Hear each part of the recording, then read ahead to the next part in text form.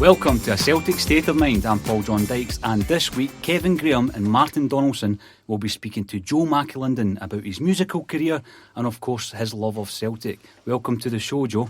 Hello, how's it going? The first question we always ask everybody on A Celtic State of Mind is, what and who is your Celtic team?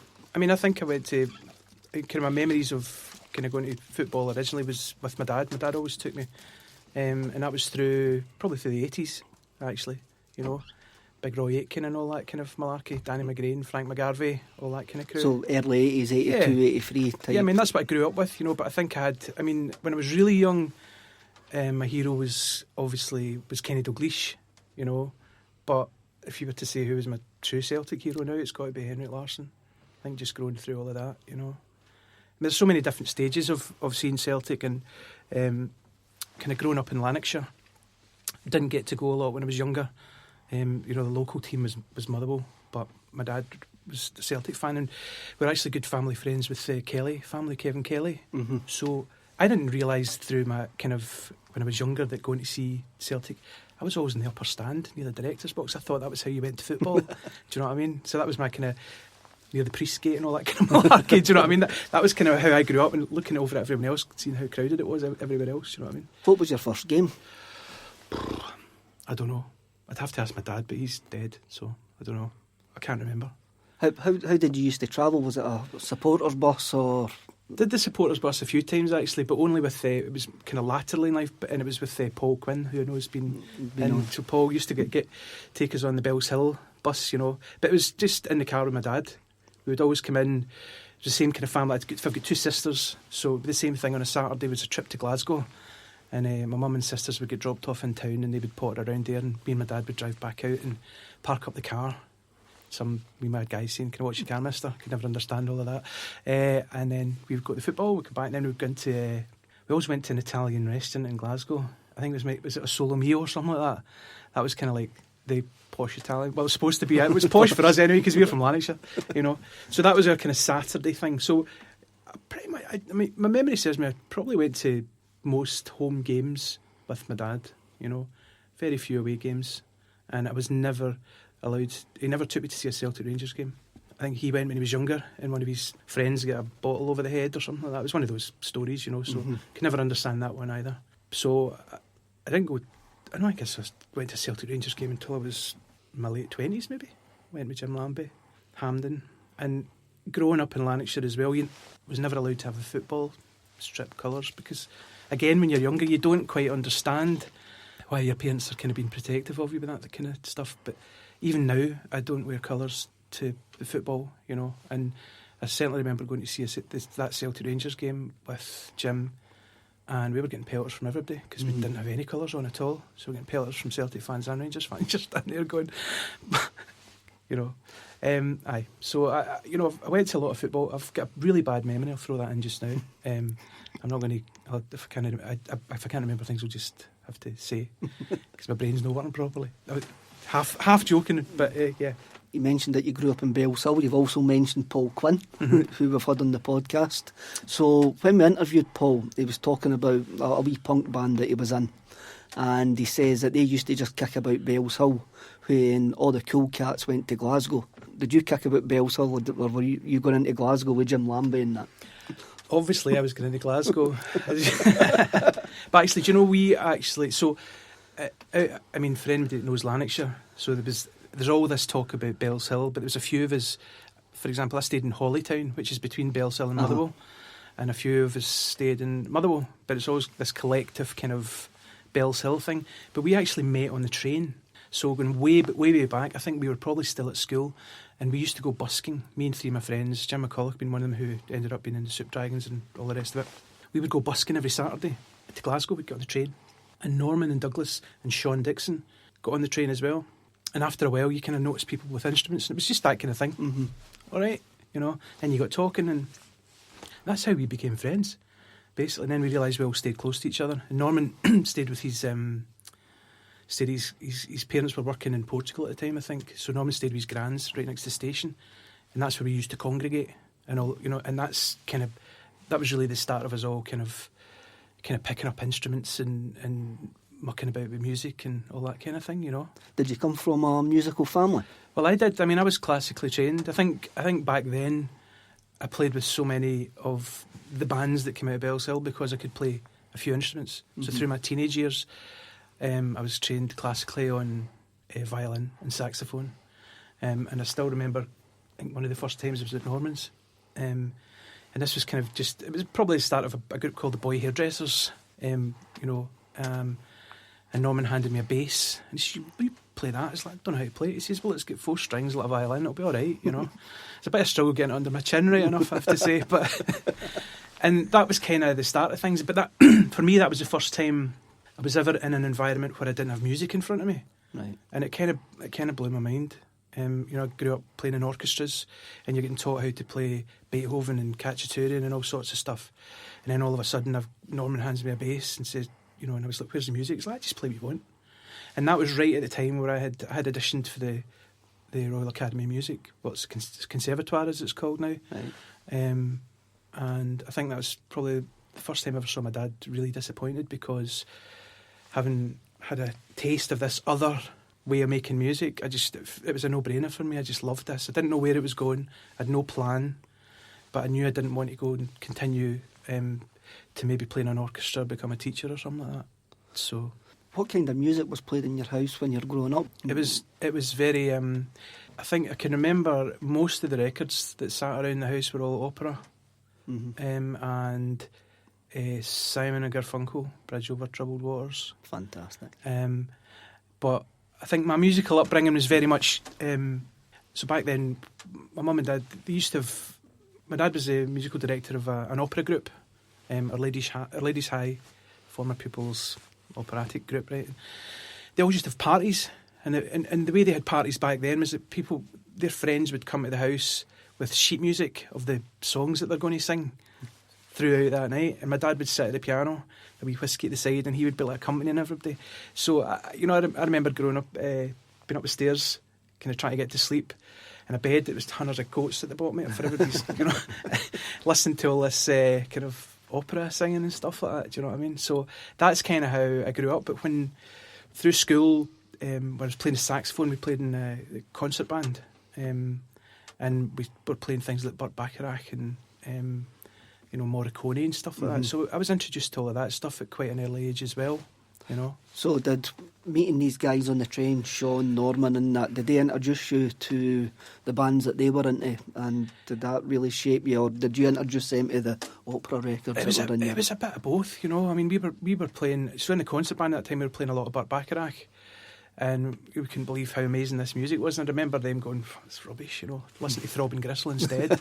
So there's all this kind of swapping music thing going on, do you know what I mean? And you would hear stuff, you know. I remember hearing things like the Swell Maps, read about Seymour in Norman's house, and I was just like, wow, this is amazing, you know. And then we just went on this musical journey. We all found ourselves getting into things like Orange Juice, Pastels, you know, all that kind of stuff. And we just kind of immersed ourselves in what was going on. We didn't realise, we didn't think we were doing anything. There was no plan to kind of go, let's create something here. We just loved music. We loved hanging out. We loved having a laugh. Do you know what I mean? At that point, when you knew that you didn't want to be a music teacher or go the classical way, was it always in your mind that you were going to be creative in some way? Well, eventually I think I understood that. I didn't really understand at the time. My inspiration for writing songs was watching and listening to Norman. He was the one who, you know, at the start of the Boy Hairdressers was coming up with these tunes, and you know, I was just kind of mesmerised, even though he was my friend. You know, I was just like, I kind of want to do that as well, you know. And that was kind of my inspiration initially. I thought I'd give it a go. And I was playing with, obviously, with the BMX Bandits as well, and I was helping out with the Soup Dragons, and actually in the studio with the Pastels. I was doing lots of different wee things, you know. But eventually I was starting to come up with ideas myself, and I didn't know what, you know. So I just thought I'm going to try writing songs, and I did. A lot of them are shite, but you know, you got to get there at some point, you know, got to wade through it, and that was the beginning of my journey. So I think way back then we were all kind of like, I mean, there's always this thing about it was like a core of people, and we all played in each other's band. We just swap instruments, and the band had a different name. That was kind of what it was, you know, and it kind of was to an extent, you know.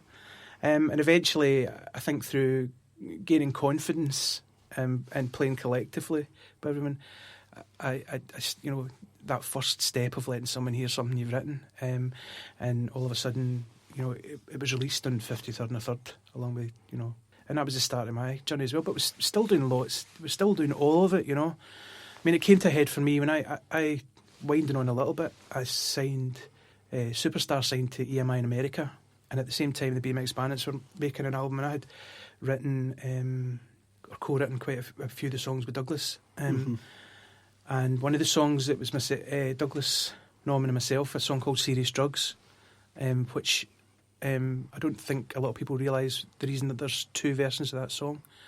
I sang it initially, and that's the version that's on the album. And the single version Norman sings because my record label wouldn't let me be the lead singer. So I had to quickly go in, and Norman sang the vocal on top of it. And that's when I realised that I have to just jump and go and do... I didn't want to... I mean, it caused a lot of hassle for Douglas and stuff as well, you know, and it was like expensive, all of this, and it was just rubbish. I was like, why? Yeah, people might get confused. I was like, nobody's heard my fucking records. Who's going to get confused about some guy they've never met? Do you know what I mean?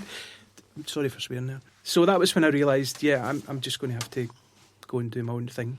Was that a bit disillusioned for you when you saw that the way that the music business actually worked at that point? I mean, I would say, and I've always said that the most fun that I've had with music was before any of us ever signed a record deal, because it's just your mates. It's fun. It's like, it's almost like anything else. As soon as money comes into play, things change. Do you know what I mean?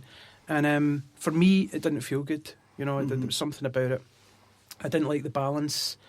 But this is me thinking about it retrospectively, because at the time, you're just kind of so caught up in it. You know, the thrill of going places and playing music and working with people. And but retrospectively looking at it, you know, I think the days when we were jumping in the back of a transit van with a mattress and a couple of amps to go and play a gig in London with no idea where you're going to stay, I mean, that was just quite thrilling. You know. But the great thing about that is it gave us a real appreciation moving forward. You know, how anything that you got, you know, if you went into a dressing room and you had a packet of Smarties and a can of Tennent's Lager, you'd be like, oh, the big time. Do you know what I mean? So it gave us a real appreciation, you know. I think a lot of musicians nowadays want too much too soon, and they never really kind of take themselves through. We got that for Paul Quinn as well, the early days when it was all an adventure, then all of a sudden money gets involved, record companies get involved, there's pressure to sell units and stuff like that.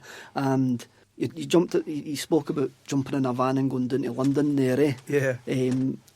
One of your first gigs in London, was it supporting Dinosaur Jr. and the Primal Scream, was it? That's right, the Boy Hairdressers, the Boy Hairdressers, and that was actually when they weren't even called Dinosaur Jr. then, they were called Dinosaur. So it was post, I think I think it was the reason that they had to change to Dinosaur Jr., but it was Dinosaur. It was their first show in the UK, Primal Scream and the Boy Hairdressers. You know, at the time you're kind of like, yeah, it's what you're doing, you know, but looking back, you're just like, wow, what a great thing to be involved in, you know. And we just had such a laugh going down, and we literally rolled up, transit van, you know, is them to get any leads and all that? It's just stuff, bass with 3 strings on it and all that. You're just you just go on with it. You don't look for excuses, because you're caught up in the thrill of just making music. Do you know what I mean? It was just thrilling. Yeah, the whole thing was brilliant, and it's your mates, and we're all still great friends even to this day, which is brilliant. Did you think at that time that it was quite unusual that a lot of years from a small area in Lanarkshire were all creative, went on to create such fantastic music? I mean, at the time we were wondering where we're going to get our next carry out. Do you know what I mean? We weren't looking at the big picture. You're just like thinking, what can we sell to get a carry out? You know what I mean? You're just so caught up in it. I think a lot of people have asked about even, you know, the sounds that we created back then. You know, and how kind of, you know, it's really create this real shambolic kind of sound you've created. That was us trying our best. Do you know what I mean? And everything's just like really cool. Just like, no, that was us at our peak. Just, you know, whatever we could get, beg, borrow, or steal, you get into the studio. I mean, you know, back then it wasn't like a laptop and you could just make stuff and put it up on Spotify.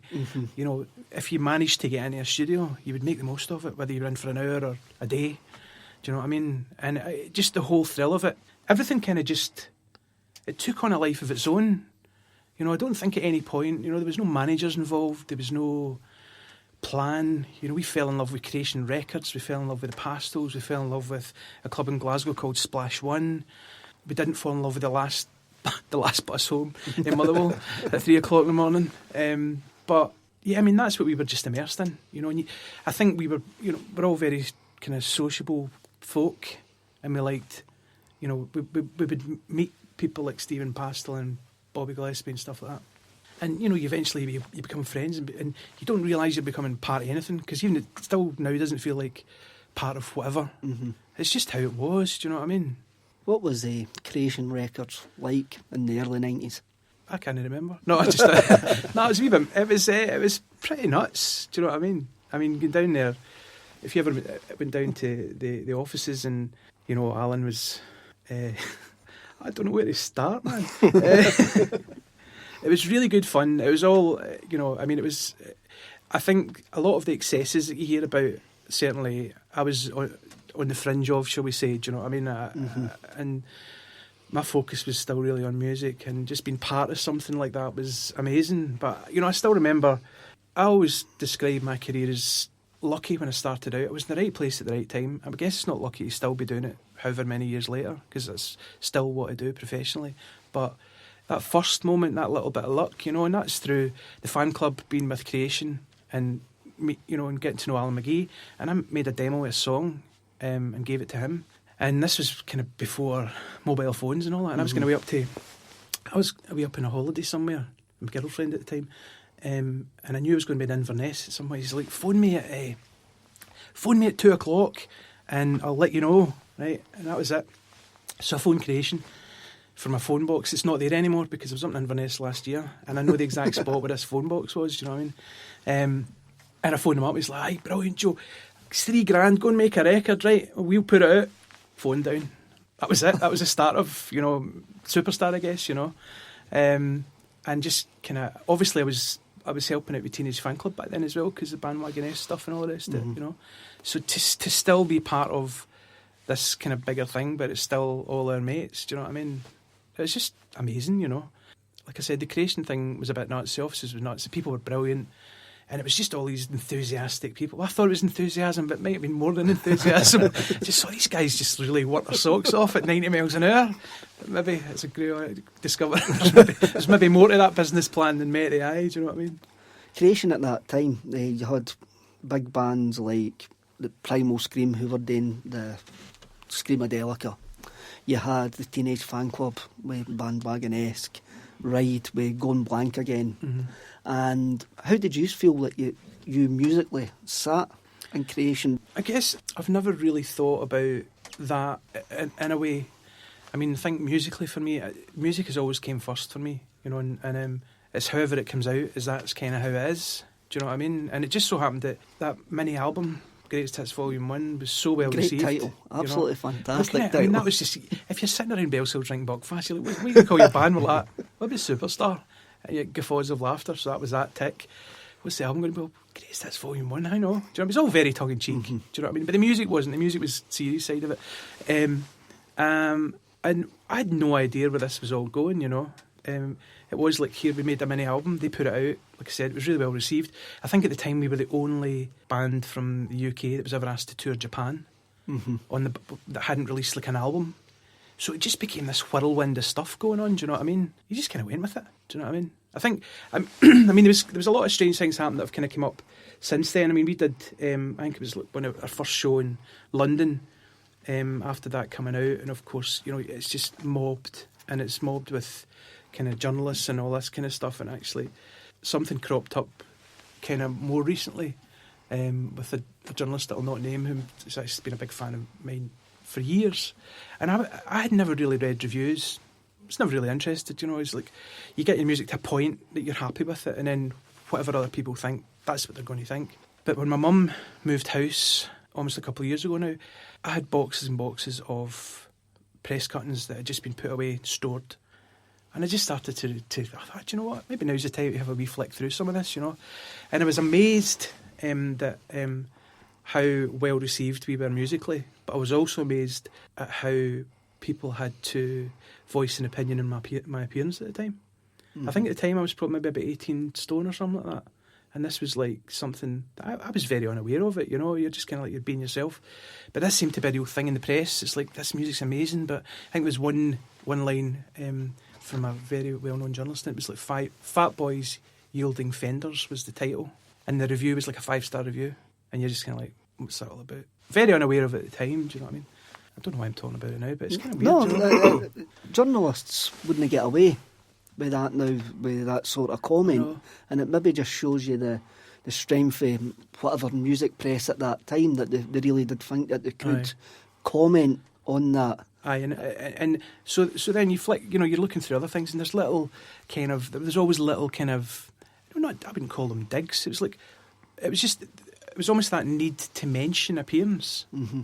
I mean, what's that got to do with, you know, you're talking about someone, I mean, some of the things saying, the best singer to ever come out of whatever, and beautiful songs and blah, blah, blah, big guy or whatever. Do you know what I mean? You're just like, it's fucking nuts, man.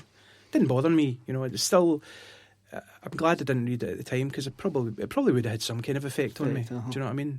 I've never been overly outgoing, but I'm quite a sociable person, you know, and I think it probably would have had a bit of an effect. So, you know, looking back on things now, could we have been a bigger band? I would say yeah, and I think some of that's probably down to the fact that maybe I just didn't look the way I should have looked or something like that, you know.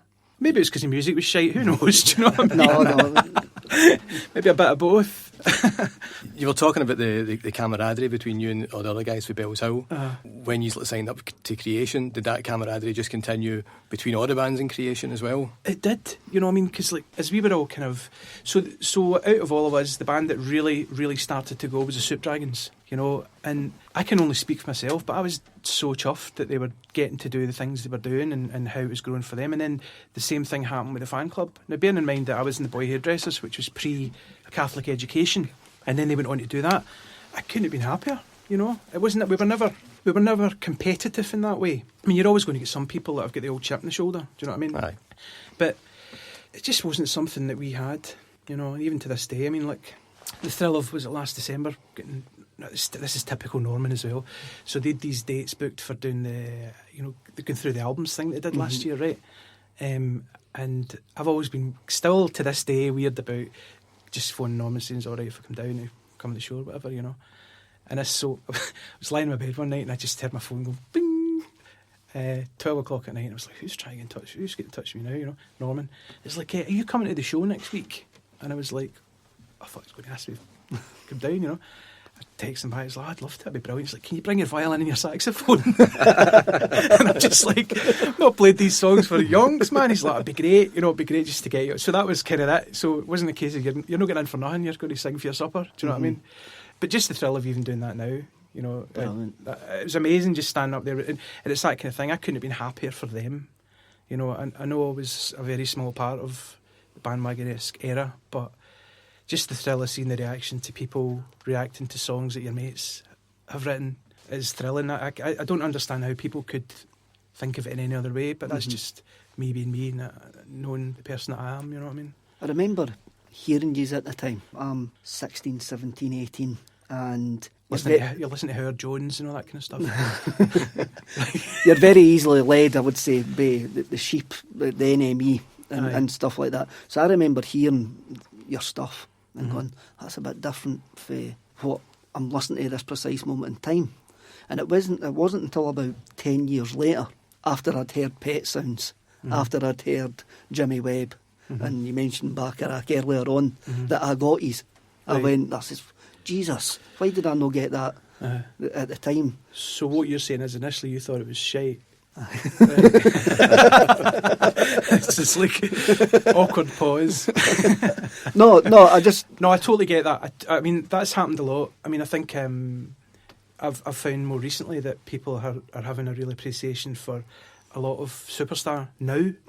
And the problem, one of the main problems with it at the moment is it's not available anywhere, which is going to be rectified at the start of next year. So it's at the start of next year, the whole back catalogue's getting reissued digitally. Yeah, and there's been a lot of things. I mean, recently there's that band, the American band Counting Crows, for example, have done like 3 podcasts on my Superstar albums. That's mad. That is mad, you know. I mean, I can't listen to them, but my mum has listened to them and she's like, totally dissected it. It's, you know, apparently I'm his all-time favourite writer, and they've been in touch, and you know, and it's generated an interest in the back catalogue. It's something I've always been really forward-thinking with music, and I've spent all my time now working with young and up-and-coming bands as a producer and a mentor. So I kind of feel like that's done and moving on, but there's actually a real growing interest in it. So it's going to be coming out digitally anyway, and maybe some physical things are happening. That's all in the pipeline at the moment for kind of next year. So there might at some point be some kind of superstar show or something. I don't know. Brilliant. But so when you go back, or when I go back and listen to the song Superstar, and you watch the video again where you're walking about Glasgow with the Buddha guy, aye. and I'm trying to picture myself back at that time. And I'm going, there was nothing like that at that time, and it was superb. I can look back on it now and go, I'm actually a bit embarrassed with myself, and going, why did I not get that at the time when that actually happened? So I mean, the interesting thing about that song is that was almost like a kind of second wave of real interest, and that song came off the back of, as I would call it, Superstar Mark 1, which was the creation Superstar. When we signed to EMI in America, and we released an album over in the States that was never released over here, and there was a whole hoo-ha with that, with the label. The head of the label get usual inter-label politics stuff. The head guy get the bin, and the new guy phoned me up in Glasgow and said, listen, so basically things didn't go well over in the States, and the new guy came in and he said, listen, we're going to do this, I want you to do another record, we're going to put that one to the side and do another one, but you poured your heart and soul into something, and you're kind of like, and it's the first time I probably took the musical huff. We ended up not doing it, and so what happened was we had to wait out our contract. You know, the money dried up, etc., etc. And I still remember having a band meeting with the guys and saying, look, there's no more money just now, not sure what's happening. And I just thought, we're all buddies, we're a gang, they're all that, see you later. So I remember going home. Paid. So I remember, no disrespect to him, I get it, you know, it's not that bad. You know, at the time, I remember walking home from Belshill Studios in Washington Street, all the way to Shawlands, and I got home, and my girlfriend at the time was going out that night, and she could see something had happened to me. I was just, like, totally shell-shocked. And I told her, explain what had happened, and I was totally gutted. I thought we were all in this no matter what, you know. And she's like, I'll stay in, it'll be fine. I said, all right, you go. So she went out, and I ended up drinking vodka, and I wrote that song, Superstar, with the lyrics and all that, and even sang the wee guitar line and all that in a wee portrait studio. And I found it like days later. I'd forgotten I'd actually even done it, you know. And that was kind of the start of everything else. And funnily enough, Rod Stewart covered it, as you know, probably. And he sings it like a love song. He does, eh? But it's not. I mean, that was me reacting to breaking up with what I thought were my best friends. Do you know what I mean?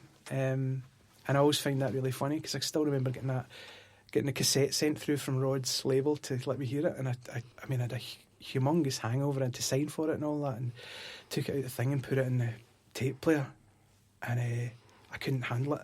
I took out the tape player and threw it in the bin. After about, not because it was rubbish, right? I was just like, no, my brain can't handle this Rod Stewart thing going on, you know. And it was a couple of days later I had to take time and listen to that as well. But that was a funny thing. I thought he's singing it like a love song. But I suppose that's a great thing with music. You take what you want from it, you know. Have you spoke to Rod about it? No, do you know, I was actually asked to come over and meet him when he was in Glasgow, and it was obviously for Celtic, on Celtic business, or he was maybe getting a new train for his train set. I don't know what did they do. But I was over in Dublin in one of my Lane Studios recording. I can't remember what album it was, Fat Dad or something like that, and I was so immersed in that, I just said no. I was too focused on what I was doing, you know. So no, I haven't met him, you know, but he's been riding the crest of my wave ever since. Definitely. Do you know what I mean? You've brung a fabulous knapsack, I must say, if that's what it's called, a knapsack, and it's full of programmes. Yep. So do you want to take out some of the programmes and talk us through some of the... We'll have a wee look at things that I've... Some of them are obviously from my own experience, and some of them were from a big cousin, John. See, I was never at this game, but I do remember watching it. You know, the Wales v Scotland. Was that not the replay of the qualifier at Anfield? Anfield. Was that the old handball thing? Joe Jordan, eh? I think it was. Jordan, I still remember watching that. And I think that's the only Scotland strip I ever had. That was one with the Umbro one with the diamonds down at the side, wasn't it? That was me, you can't get so I wasn't allowed a Celtic strip, but I was allowed a Scotland strip and a Liverpool strip, because obviously Kenny Dalglish. So you know, I did the one with Hitachi on the front. I had that one. I was at this game at Celtic Real Madrid. That's a cracking programme. So on the front of it, we've got... Is it Bobby Lennox? And it's, what's his name? Laurie Cunningham. Martin, you had a wee look through that programme. I'm pretty sure it is Cunningham that's on the front of it. Aye, it is. Let's see. What do you remember about that game? I'm sure I remember Celtic winning, didn't they? Did Celtic not win this game? 2-0 at home, yeah. 2-0 at home. Johnny Doyle scored. They got beat 3-0 in the replay, though. I remember being gobsmacked at the fact that Celtic could beat Real Madrid, you know, because it's Real Madrid. Not because I've got no faith in Celtic, I've obviously got every faith in Celtic. So yeah, no, I remember being at that one.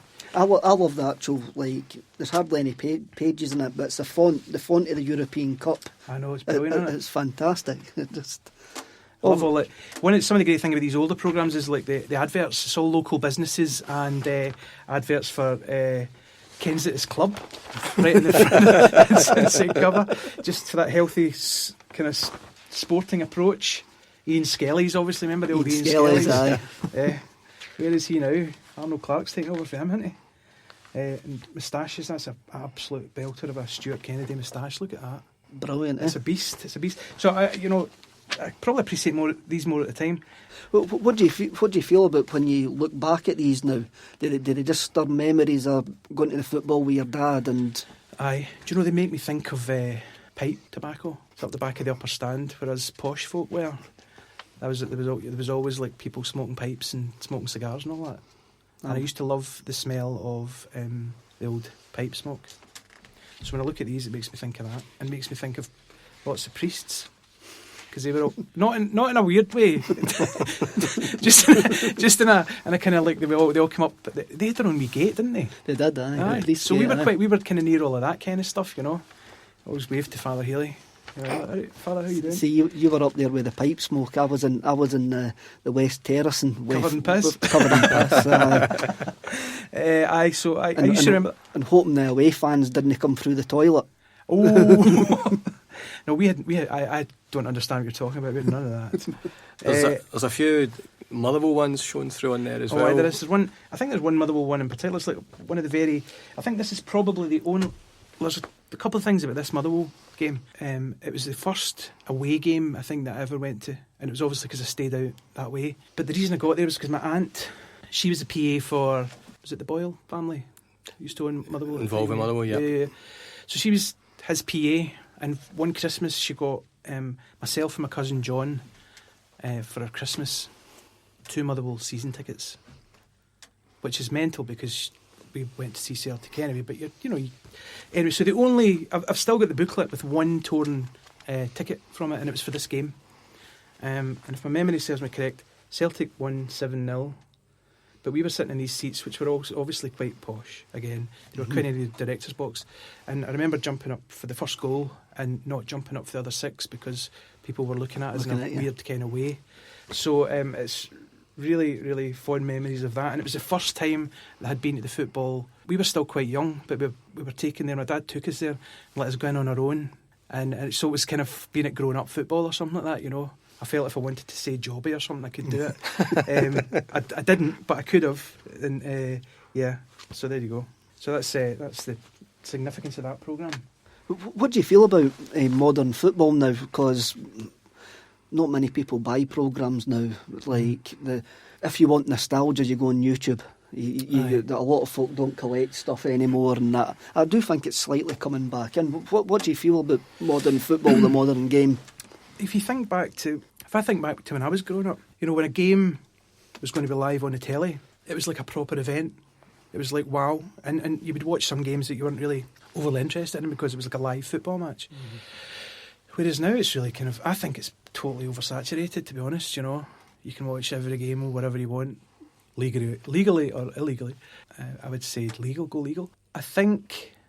I mean, people are always into nostalgia, aren't they? It's the same in music. Mm-hmm. You know, you're very nostalgic about it. And we'll probably be nostalgic about football now in 10 or 15 years' time. Go and remember Ronaldo, remember whatever. The real Ronaldo. Aye, exactly. The real Ronaldo. Exactly. You know, remember ball and goalie. Do you know what I mean?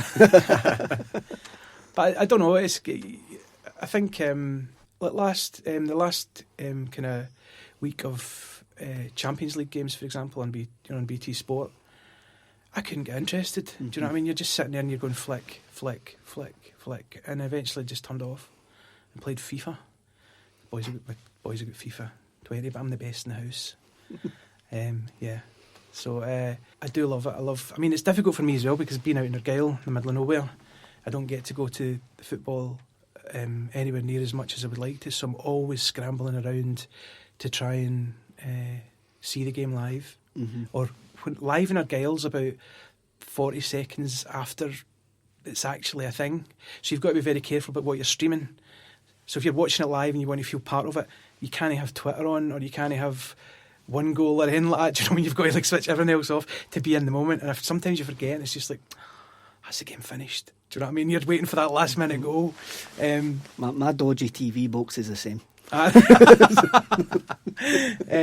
So yes, you know, rural Celtic supporting has its challenges, but you know, it's that kind of thing. You want to watch your team, you watch it. Do you know what I mean? But I definitely think kind of there's a little less excitement about football. Not about watching your team, not about watching Celtic.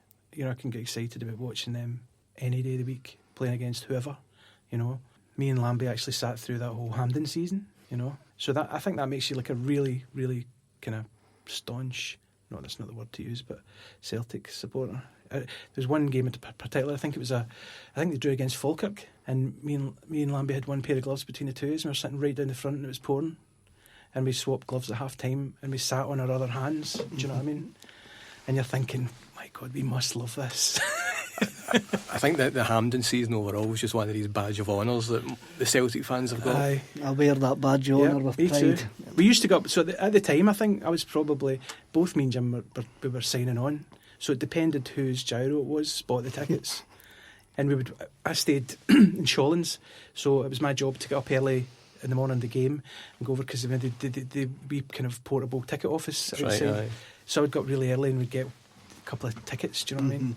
And there was the one time where I did that and I lost the tickets, and we somehow managed to get enough money together to buy another couple of tickets. It was quite the thing. But it's what you do, innit? Hampden, I remember we got stuffed off Partick Thistle, 3-0, and it was a dreadful.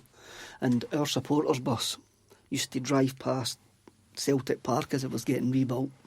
And that used to make us go, this is going to be worth it in the end when we eventually move back to that stadium. Yeah.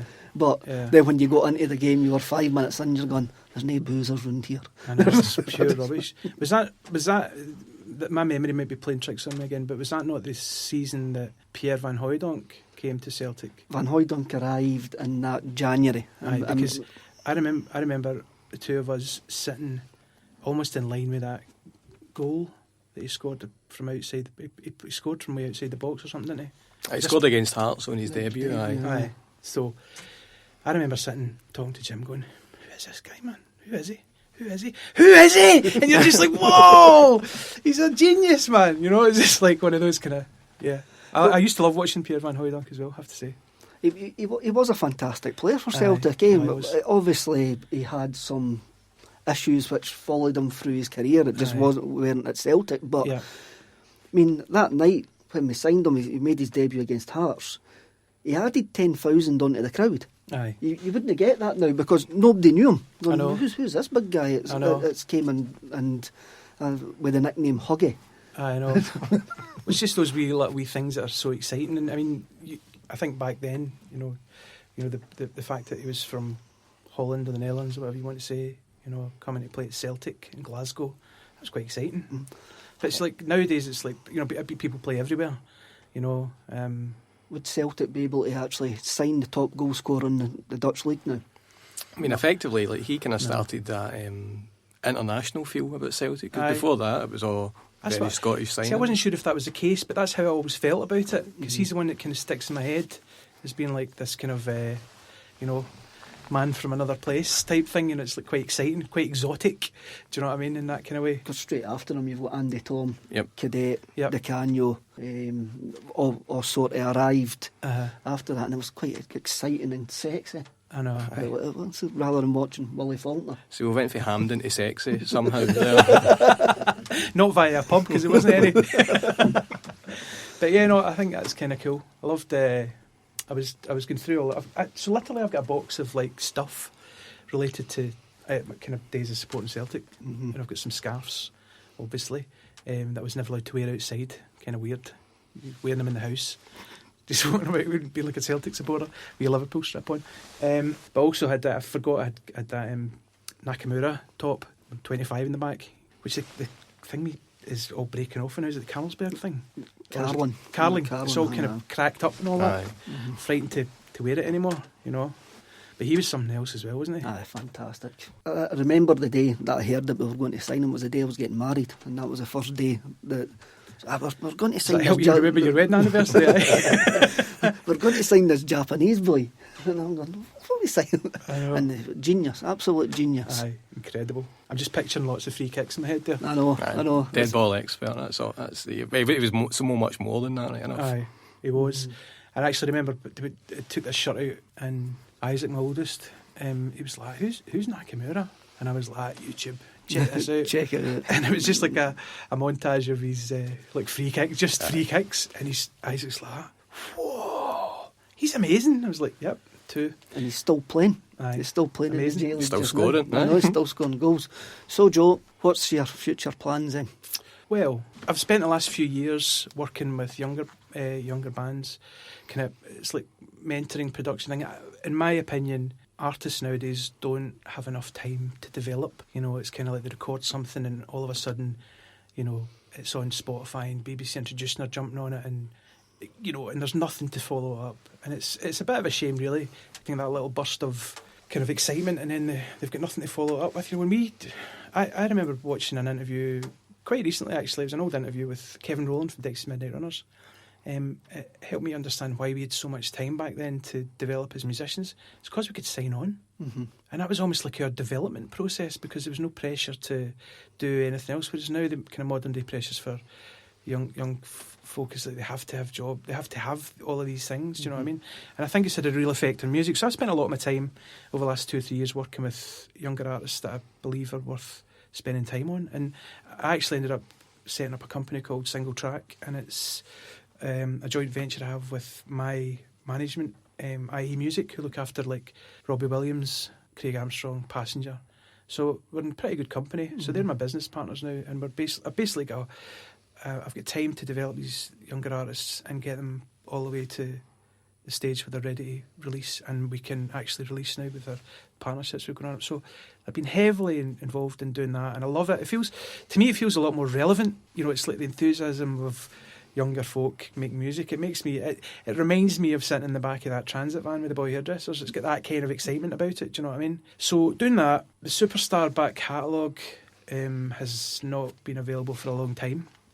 It's going to be getting released digitally to start off with at the beginning of next year, and there might be a few interesting things happening alongside that. And I'm almost finished my first ever solo album, which will be coming out as soon as it's finished. It's nearly finished. So yeah, keep busy, you know, and walking the dog, watching the football, listening to the records, you know what I mean? Joe McAlinden with A Celtic State of Mind. Thanks very much. Well, thanks for having me.